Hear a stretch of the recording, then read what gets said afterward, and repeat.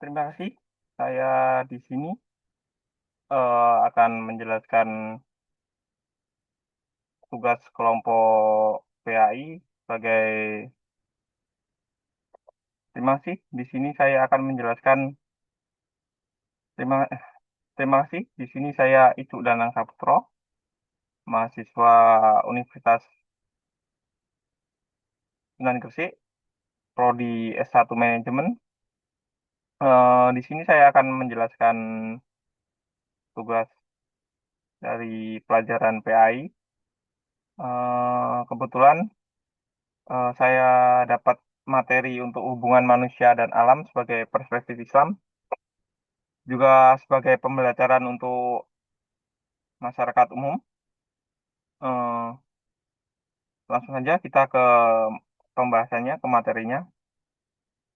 Jadi untuk hubungan manusia dan alam dalam perspektif Islam, alam sering dieksploitasi manusia secara berlebihan. Islam memandang alam sebagai ciptaan Allah yang suci dan harus dijaga. Manusia dan alam diciptakan untuk saling melengkapi, bukan merusak. Jadi kita harus saling menjaga. Kemudian konsep hubungan manusia dan alam. Allah SWT sebagai pencipta tunggal alam semesta, alam sebagai makhluknya tunduk dan bertasbih kepada Allah SWT. Itu tertuang dalam kisah surat Ali Imran, surah ke-190. Manusia sebagai khalifah di muka bumi wajib menjaga keseimbangan alam dan tidak mengeksploitasinya secara berlebihan.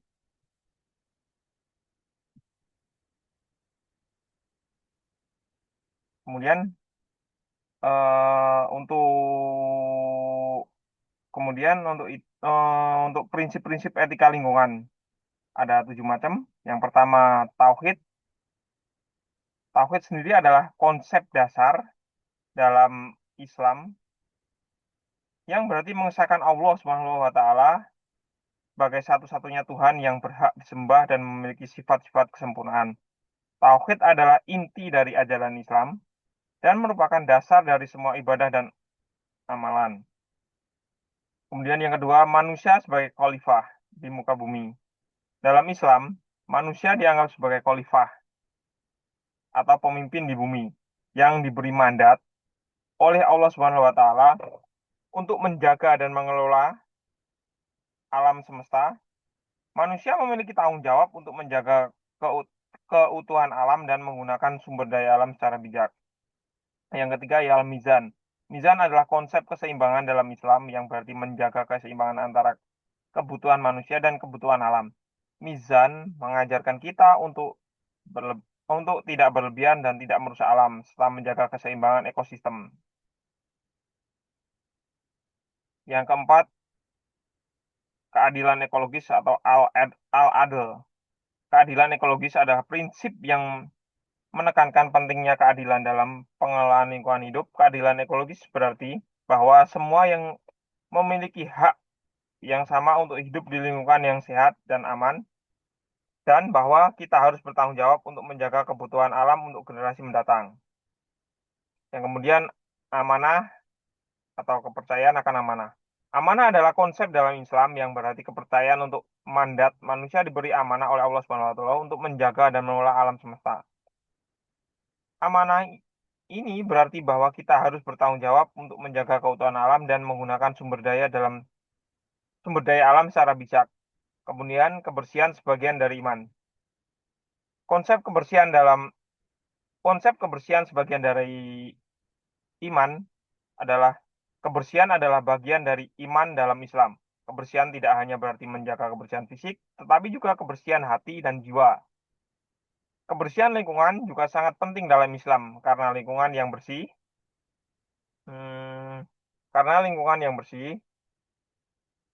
dapat membantu kita untuk menjaga kesehatan dan kebutuhan iman. Kemudian respect and caring for nature adalah sikap hormat dan kasih sayang terhadap alam. Respect and caring for nature adalah prinsip yang menekankan pentingnya menghargai dan menjaga alam. Kita harus menghargai keindahan dan keutuhan alam serta menjaga keutuhan ekosistem untuk generasi mendatang. Dengan demikian, kita dapat hidup dalam harmoni dengan alam dan menjaga keutuhan planet kita. Jadi semua prinsip dan konsep di atas saling terkait dan dapat membantu kita untuk hidup dalam harmoni dengan alam dan menjaga kebutuhan planet kita. Kemudian implementasi etika lingkungan. Untuk yang pertama, konservasi dan penggunaan sumber daya secara bijak. Antara lain menghemat air, hemat energi, penerapan 3R. Kemudian kedua, penghijauan dan perlindungan alam, yaitu menanam pohon, perlindungan satwa, menjaga kebersihan. Kemudian yang ketiga, edukasi dan kesadaran lingkungan, yaitu lingkungan keluarga, institusi pendidikan, dan keadilan ekologis. Kemudian dampak positif menerapkan implementasi lingkungan. Yang pertama, untuk dampak positifnya ada beberapa dampak positifnya, antara lain yaitu peningkatan spiritualitas dan ibadah, kemudian terciptanya lingkungan yang lebih lestari, kemudian harmoni hubungan dengan sesama makhluk, kemudian pengembangan masyarakat yang peduli lingkungan, dan yang terakhir mengurangi kerusakan lingkungan. Untuk peningkatan spiritualitas sendiri, dengan adanya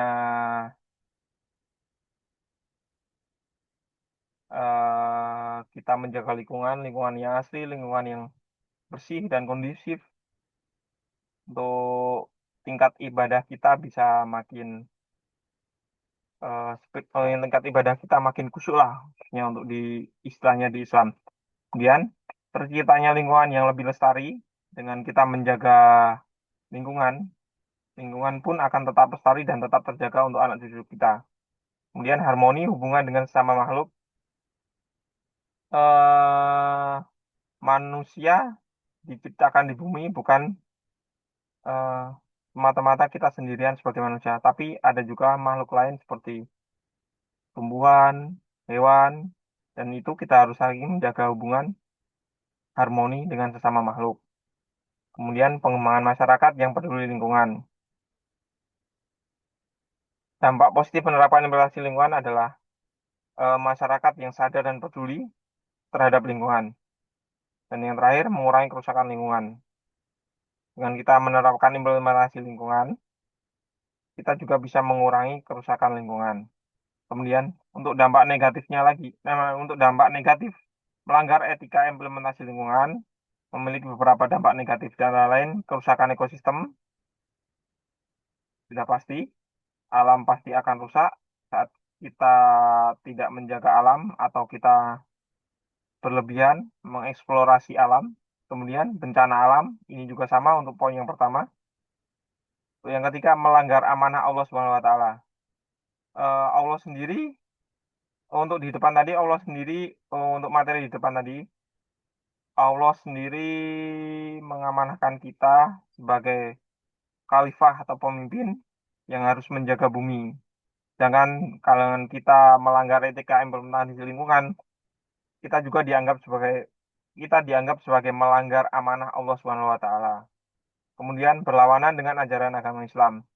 Di agama Islam sendiri, untuk implementasi lingkungan ini sudah dibahas juga, termasuk untuk menjaga dan melestarikan lingkungan. Kemudian ketidakadilan antar generasi.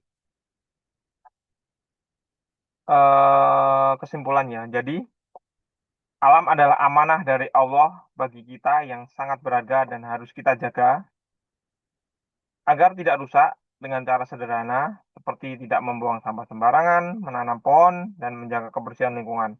Kita bisa membantu menjaga agar hutan, sungai, dan juga udara akan selalu bersih serta terjaga. Demikian presentasi dari saya Icuk Danang Saputro, kelas E, Prodi S1 Manajemen.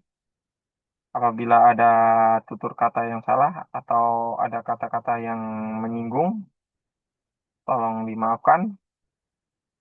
Terima kasih untuk presentasinya.